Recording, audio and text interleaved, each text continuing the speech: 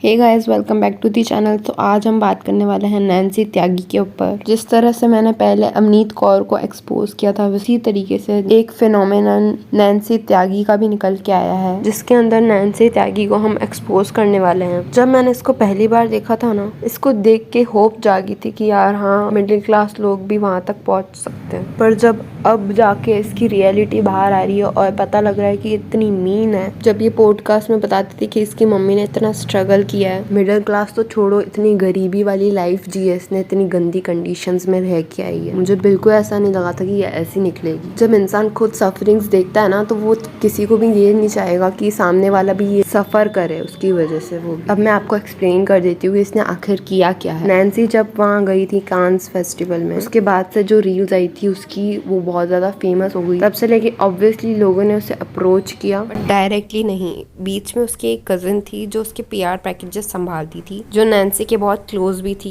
इस वजह से। तो एक एम्बलिश करके एक ब्रांड था जिसने उसे अप्रोच किया और उसकी कजिन से बोला क्या नैन्सी हमारी ज्वेलरी ब्रांड को लेके रील डाल देगी। पर उसकी कजिन ने बोला वो रील तो नहीं डाल पाएगी, बट एक स्टोरी पोस्ट कर सकती है। क्लियरली ये चीज़ दिख रही है कि उस कजिन ने नैन्सी त्यागी से बात करने के बाद ही ये चीज़ हाँ बोली होगी। पर सडनली जैसे ज्वेलरी पीसेस उसके पास में आए, उसके बाद से उस ब्रांड को बिल्कुल इग्नोर करना स्टार्ट कर दिया, ना मैसेजेस के रिप्लाई दिए टाइम से। और 1 महीने के बाद उसे याद आ रहा है कि नैन्सी त्यागी कोई पोस्ट नहीं करने वाली है, ना कोई स्टोरी डालने वाली है। सेम सिनेरियो अवनीत कौर के साथ भी हुआ था। अवनीत कौर ने भी 2-3 ब्रांड के साथ ऐसे ही किया। सडनली बिहेवियर में चेंज आ जाना, जैसे ही उसके पास पार्सल आ जाता था उसके बाद उसका बिहेवियर ही चेंज हो जाता था, उसको इग्नोर करने लगते थे ब्रांड को। बड़े बड़े शॉपिंग एप्स भी जैसे कि मिंत्रा और मीशो हफ्ते के अंदर ही रिटर्न पॉलिसी रखते हैं, बट स्मॉल बिजनेसेस के साथ ऐसा करना कि वो महीने तक अपने पास रख के उन सामानों को, उन्होंने क्या पता उनको यूज भी किया होगा कितनी बार, हफ्ते के अंदर पॉसिबल हो सकता है, बट महीने के बाद रिटर्न तक होना पॉसिबल नहीं होता। उसके बाद भी पता नहीं कैसे उन्होंने अरेंज करवा के अपना कुरियर सर्विसेज को वापस मंगवाया ज्वेलरी पीसेस। उस ब्रांड की कितनी टाइम और एनर्जी उसकी कजिन को मनाने में लग गया। उसके बाद भी फिर उसको जो करवाना था ब्रांड प्रमोशन, वो हुआ नहीं और फिर वो वापस आया, वो भी 1 महीने के बाद। किसी ब्रांड को इतना सताना, उसका काम भी ना होना, उसके बाद फिर उसको रिटर्न करने में भी इतना प्रॉब्लम होना, उसके बाद सारी चीजें फ्री में यूज कर लेना, ये सब कितना बड़ा मैस है जो ब्रांड्स को सहना पड़ता। इतना माथा फोड़ी भी हुई, उसके बाद भी उसने ना कोई पैसे भिजवाए उसको इन सब के, जबकि ये कितना गलत है। नैन्सी त्यागी तो अभी जस्ट इन्फ्लुएंसर बनी ही है,